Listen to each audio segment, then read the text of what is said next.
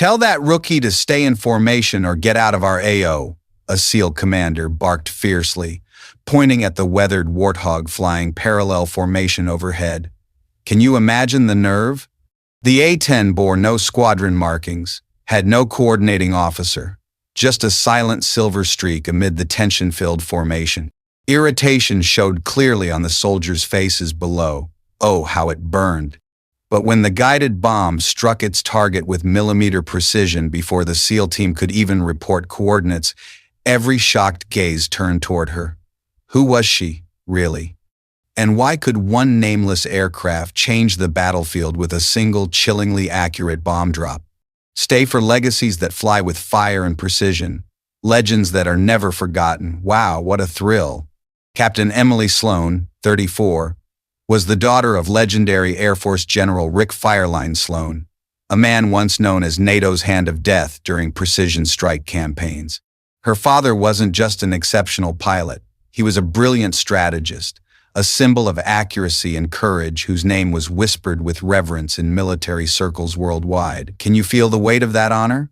But 7 years ago, General Sloan vanished mysteriously during a classified mission, leaving no trace, causing Emily's promising career to crumble overnight. Heartbreaking, isn't it? After his unexplained disappearance, Emily herself vanished from the regular Air Force system. No reports, no explanations, no forwarding address. Poof, gone. She had once been the most exceptional A-10 pilot in the Strike Nail Squadron, with aerial maneuvering and bombing skills that far exceeded her peers. Her precision was legendary, her tactical instincts unmatched, and her ability to read battlefield dynamics from 30,000 feet was something that couldn't be taught, only inherited, like a sacred gift. Now, Emily lived anonymously, choosing a life far removed from any spotlight. How isolating that must have been. She flew only humanitarian support missions or provided private training for small organizations that operated in the gray areas between official and unofficial military support. What nobody knew was that she still maintained control of her father's old Warthog, bearing the call sign Sloan 9X, an aircraft that had been erased from military records as if it had never existed. This wasn't just any aircraft. It was a relic, a piece of living memory and her father's legacy. Oh, the stories it could tell. Every rivet, every modification, every battle scar told a story of missions that officially never happened, of lives saved by a pilot whose skill bordered on the supernatural. Unbelievable. The Warthog itself was a masterpiece of military engineering, customized far beyond standard specifications. General Sloan had personally overseen modifications that made it faster, more maneuverable, and infinitely more deadly than any A-10 that had rolled off the production line. Genius at work. The weapon systems had been fine-tuned for surgical precision, the avionics upgraded with technology that officially didn't exist, and the armor reinforced to survive missions that would destroy lesser aircraft. Talk about indestructible! During what was supposed to be a routine training exercise coordinating SEALs and Special Forces units in the Blue Fire Desert region, the situation spiraled beyond all expectations. Chaos unleashed. What began as a simulation became terrifyingly real. The SEAL team found themselves under actual enemy fire, not mock engagement. How could this happen? Gunfire echoed across the desert. Desperate calls for help cut through radio static. Pure panic. The training exercise had been compromised, turned into a deadly ambush by forces that had been tracking the operation from the beginning, sneaky and ruthless. Emergency signals went out across all frequencies, but the command system registered only one Warthog in the vicinity. No identification, no coordination files, no official flight plan, just a simple entry in the log. 9X inbound. Mysterious, right? Emily had been conducting a routine flight test of her father's aircraft when the distress calls reached her radio. She could have turned away, could have claimed she never heard the transmission, could have maintained her carefully constructed anonymity. Easy choices. But not for her. Instead, she banked hard toward the coordinates. knowing that every second of delay meant American soldiers were dying in the desert below heroic instinct kicking in. As her Warthog streaked across the Nevada sky, Emily felt something she hadn't experienced in 7 years, the weight of her father's legacy pressing down on her shoulders, demanding that she prove worthy of the call sign painted on her aircraft's wings in tense pressure. Below, SEAL Team 6 was about to discover that some ghosts never truly disappear. They just wait for the right moment to remind the world why legends are never forgotten. Chilling, isn't it? The SEAL commander, a battle-hardened man with decades of combat experience, erupted in fury when he spotted an unverified aircraft circling overhead, brazenly flying into the middle of an active firefight. Outrageous. Unidentified aircraft, descend to safe altitude and clear the combat zone immediately. This is a direct order. His voice thundered through the radio, filled with authority and irritation. The last thing he needed was some civilian pilot complicating an already desperate situation, frustrating beyond words. Emily didn't respond. She was all focus. She had already locked onto the target using advanced terrain mapping sensors and needed exactly 4 seconds to calibrate coordinates precise to the centimeter, aimed at Hill 87 where enemy fire was concentrated, hammering the pinned-down SEAL team with relentless volleys. She knew she had to act now or never. There was no time for protocols, no time for verification procedures. American soldiers were dying below, and every second spent on radio chatter was another second closer to catastrophe. Tick-tock, lives at stake. On the ground, the SEAL's contempt was obvious and vocal. An old rust bucket with no squadron patch, no identification codes. Give me a break. One of them shouted over the gunfire, his voice dripping with disdain. They mocked the ancient-looking aircraft, unable to believe that such an outdated machine could make any difference in their life or death situation. Harsh judgment. Another SEAL, younger and cockier, added his own commentary. Probably some weekend warrior who thinks flying a crop duster makes him Top Gun. This is real combat, not some air show. Smug and wrong. The enemy fire intensified, muzzle flashes lighting up the rocky outcroppings like deadly fireworks. Terrifying spectacle. The SEALs were running low on ammunition, their position becoming more precarious with each passing moment. Desperation mounting. Radio chatter filled with increasingly desperate calls for immediate air support, for anything that could break the enemy's stranglehold on their position. Help, please. Above the chaos, Emily's Warthog moved with ghostly silence, positioning itself for what military historians would later recognize as a textbook example of the legendary Sloan maneuver, her father's signature approach that combined impossible precision with supernatural timing. Epic. The SEALs hadn't finished calling in coordinates. They hadn't completed their target designation protocols. Command was still scrambling to verify the aircraft's authorization to engage bureaucracy in crisis. Then it happened. Boom! The explosion was surgical in its precision, devastating in its effect, mind-blowing. The guided munition struck exactly where it needed to, obliterating the enemy position without so much as singeing a blade of grass where the friendly forces sheltered. It was as if the bomb had been dropped by someone who could see the battlefield from God's perspective, who understood not just where the enemy was but where they would be in the exact moment of impact. Divine accuracy. Every stunned gaze turned skyward toward the Warthog, now banking away from the target zone. Its mission completed with an efficiency that defied human capability. Jaw-dropping. The sudden silence was deafening. The enemy fire had simply stopped. Eerie relief. Then an older SEAL commander, his weathered face marked by countless battles, raised his binoculars with trembling hands. Moment of truth. As he focused on the aircraft's wing markings, his expression transformed from confusion to recognition, to something approaching awe, pure wonder. "No way out," he whispered, his voice barely audible above the settling dust and debris. Sloan 9X. That was Fireline's personal rig. She's flying as Bird.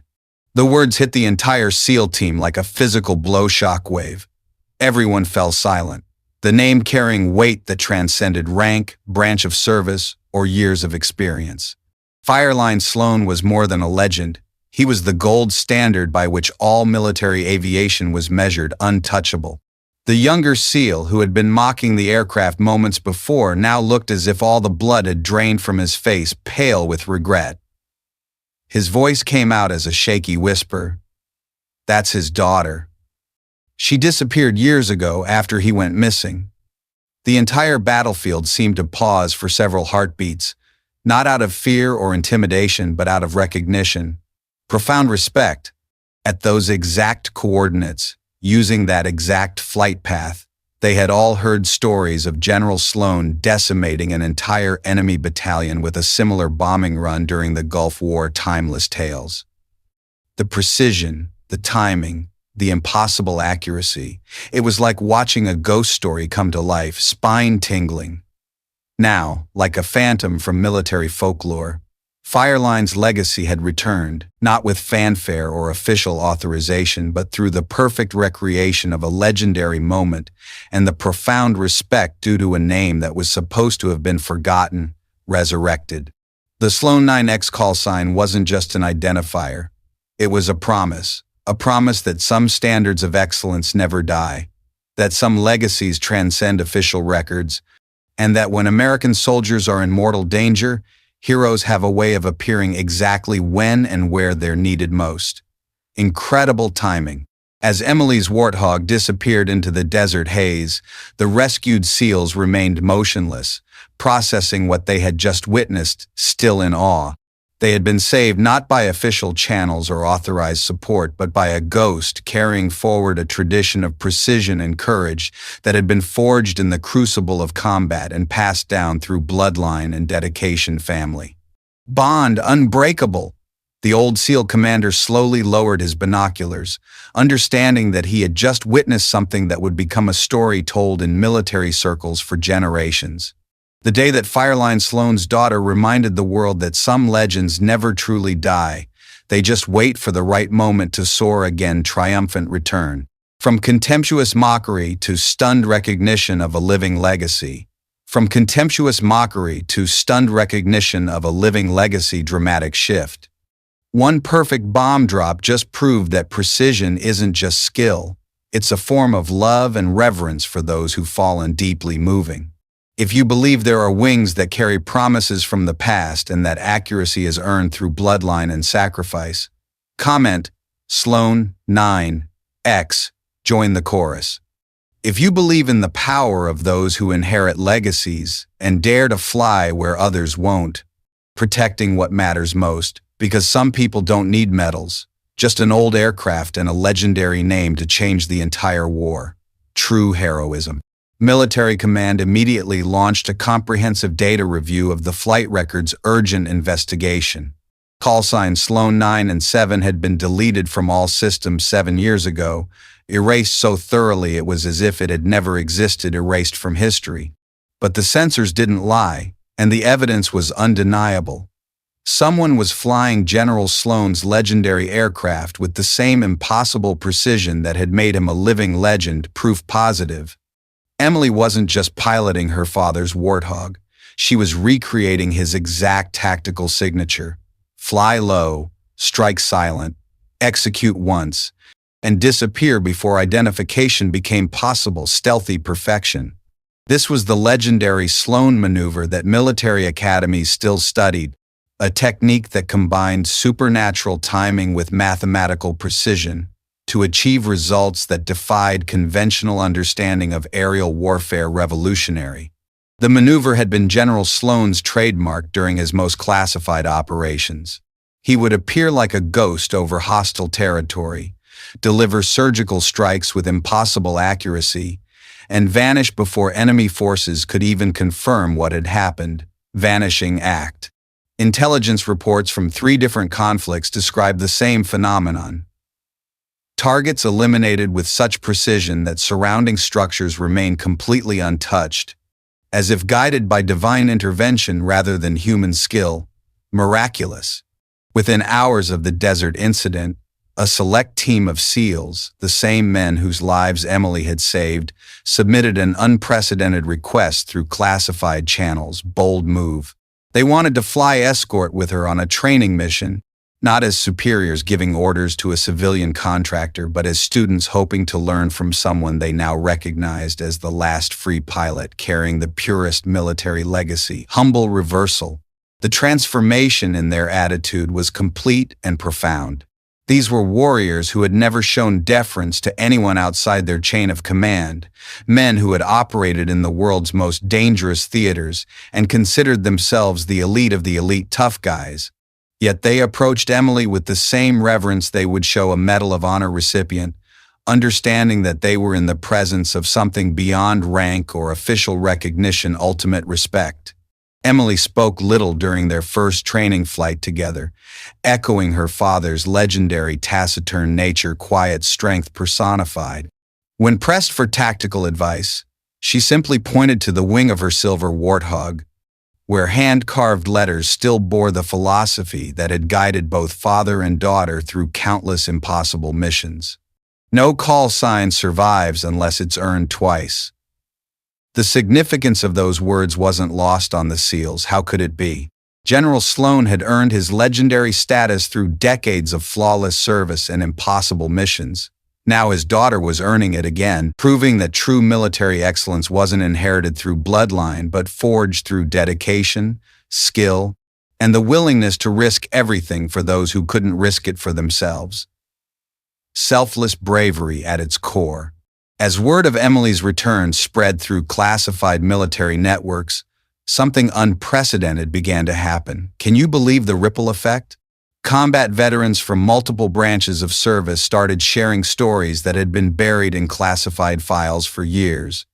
Tales of impossible rescues, surgical strikes that had turned the tide of entire operations, missions where death seemed certain, until a lone Warthog appeared from nowhere to change the equation. Heart-pounding drama. The stories weren't just about General Sloan anymore. They were about his daughter, about missions she had flown during her official service that had been so classified they couldn't be acknowledged, even within military circles, hidden gems of heroism. Emily hadn't just inherited her father's aircraft. She had inherited his role as the military's most precise instrument of controlled violence. A role she had been quietly fulfilling long before her official disappearance dedication in the shadows.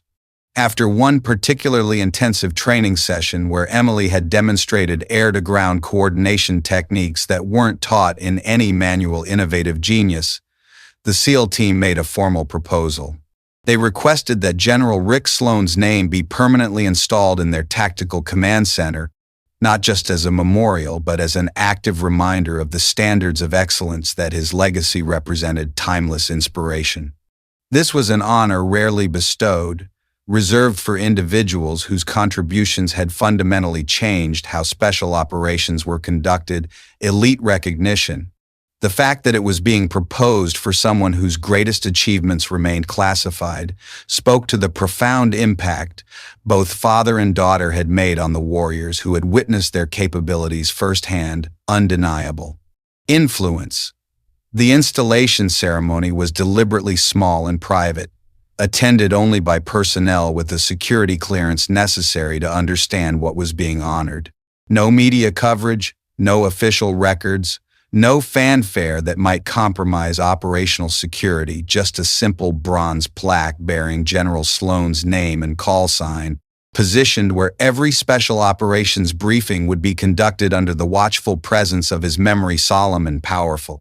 Emily attended the ceremony wearing civilian clothes, maintaining the anonymity that had become her trademark, unassuming yet profound. When asked to speak, she declined, but she did place a single item beside her father's memorial plaque, a worn flight manual annotated in her father's handwriting, containing tactical notes that represented decades of accumulated wisdom about precision warfare. Priceless treasure. The manual became an unofficial Bible for the unit, studied and memorized by operators who understood that they were learning from someone who had redefined what was possible in military aviation. Transformative knowledge. The notes weren't just technical specifications. They were philosophical observations about the responsibility that came with the power to eliminate targets with surgical precision, deep and thoughtful. One page, marked with multiple bookmarks and highlighted passages, contained what became known as the Sloan Doctrine. Precision isn't just about hitting the target. It's about understanding the difference between what you can destroy and what you should preserve. Every trigger pull is a moral choice disguised as a tactical decision. Wise words that hit hard. These words began appearing in classified training materials across multiple special operations units, not as official doctrine but as wisdom passed down through the warrior culture that transcended official channels, inspiring generations. Emily's return hadn't just brought back her father's tactical capabilities. It had revived a philosophical approach to warfare that emphasized surgical precision over overwhelming force, revolutionary shift. As Emily flew her father's Warthog back to her desert base after the ceremony, she could feel the weight of expectation that came with carrying forward a legacy that had shaped how America's most elite warriors approached their deadliest missions, overwhelming yet motivating. She wasn't just flying an aircraft. She was piloting a tradition, a standard of excellence that would outlive both father and daughter, eternal flame. The bronze plaque in the command center would serve as a daily reminder to future generations of operators that some standards never become obsolete, some legends never fade, and some call signs earn their place in history not through official recognition but through the quiet acknowledgement of those who understand what true excellence looks like when lives hang in the balance. Profound truth. Internal reports about Incident 9X began circulating through classified military channels, praising the unofficial return of a pilot trained at the highest levels of precision warfare. High praise indeed. Emily still refused to rejoin the military officially, choosing to maintain her carefully constructed anonymity, fiercely independent. But she began accepting advisory roles, training SEAL units in aerial battlefield observation with extraordinary intuition skills that couldn't be found in manuals or any training program. She taught them not just techniques but survival instincts and courage that came from years of operating in impossible situations, life-saving lessons. Her lessons went beyond tactical knowledge to include the warrior mindset that had allowed both her and her father to execute missions that others considered suicidal, daring resolve. At a remote base facility, personnel reconstructed General Fireline Sloan's tactical operations map, positioning beside it a photograph of his silver Warthog, where his legacy continued to fly through his daughter's hands, silently but powerfully enduring symbol. Young pilots now spoke in hushed tones about the Sloan 9X like a living legend. A reminder that heroes didn't need rank to make history, empowering message. They believed Emily was still flying, still guarding the skies like a protective ghost, continuing her father's legacy of appearing exactly when and where impossible precision was needed. Most guardian angel vibes. The quiet success of Emily's influence attracted attention from unexpected sources, surprising reach. Emergency medical services began reporting unusually skilled pilots volunteering during critical airlifts, lifesavers in action. Search and rescue operations discovered coordinators with extraordinary tactical awareness appearing during complex missions. Timely heroes. Disaster relief efforts found themselves supported by individuals who could organize logistics with military precision, combined with civilian compassion, compassionate efficiency. None of these volunteers sought recognition or official acknowledgement. They simply appeared when needed, performed with exceptional competence, and disappeared back into civilian life, leaving behind only results and the knowledge that someone was still watching over communities they had sworn to protect. Selfless service. Military training programs quietly began incorporating techniques that bore the unmistakable signature of Sloan methodology, precision approaches that emphasized surgical accuracy over overwhelming force, timing that relied on intuition rather than technology, and decision-making processes that balanced tactical effectiveness with moral responsibility, balanced brilliance. These methods weren't officially attributed to any source, but experienced instructors recognized the philosophy behind them, keen insight. The Sloan approach to warfare was spreading through military culture organically, passed from instructor to student through the warrior tradition that valued proven effectiveness over bureaucratic approval, grassroots growth. Emily's influence extended beyond active military personnel, far-reaching impact. Veterans who had served with either her or her father began forming informal networks, sharing stories and techniques that helped bridge the gap between military service and civilian life. Vital connections. They understood that the transition from warrior to citizen didn't mean abandoning the skills and mindset that had kept them alive in the world's most dangerous places, resilient spirit. These networks provided support for veterans struggling with the psychological challenges of leaving military service while maintaining the high standards of excellence that had defined their identity. Empathetic aid. They learned that serving their communities with the same precision and dedication they had once applied to military missions was not just possible, but necessary. Purpose renewed. The bronze plaque bearing General Sloan's name became a pilgrimage site for military personnel who understood the significance of what it represented. Sacred spot. Officers would quietly visit the memorial, not for formal ceremonies, but for personal reflection on what it meant to serve with distinction when recognition wasn't possible. Introspective moments. Young pilots in particular found inspiration in the story of a father and daughter who had redefined what military excellence looked like when stripped of official acknowledgement. Motivational tale. They learned that true legacy wasn't measured in medals or promotions, but in the lives saved and the standards maintained when no one was watching. Humble greatness. The ghost frequency of military aviation had found its voice again, carried forward by those who understood that some traditions were too important to let die. With official recognition revived echoes. I carry no official title. I don't receive medals, and I hold no military rank. But I carry something heavier than any order, more significant than any promotion: my father's legacy. It's the promise I made to him, the responsibility I placed on my own shoulders when the world tried to erase what he had built. Unwavering commitment. He once taught me that one perfectly timed trigger pull can save an entire squad, but the name painted on the aircraft wing determines who will never be forgotten, who will live forever in the memory of those who were saved. Eternal impact. And I believe that if someone still remembers Sloan 9X, then I still have a reason to fly, still have a reason to continue the flame my father ignited in the skies above a dozen forgotten battlefields. Burning passion. I don't fly for glory or recognition. I fly to keep a promise. I fly to remind the world that there are true heroes who don't need spotlights. They only need clear skies to fulfill their mission. And I, Emily Sloan, daughter of Fireline, will continue flying this Warthog, not for any military command, but for legacy, for precision, and for the lives still waiting for a miracle from above. Destined duty. When I climb into my father's cockpit, I feel the weight of every mission he flew, every impossible decision he made, every life he saved with surgical precision that bordered on the supernatural. Overwhelming heritage.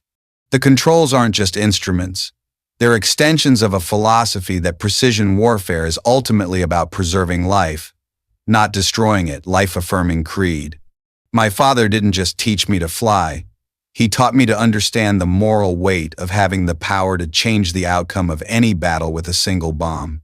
That responsibility doesn't disappear when you leave official service.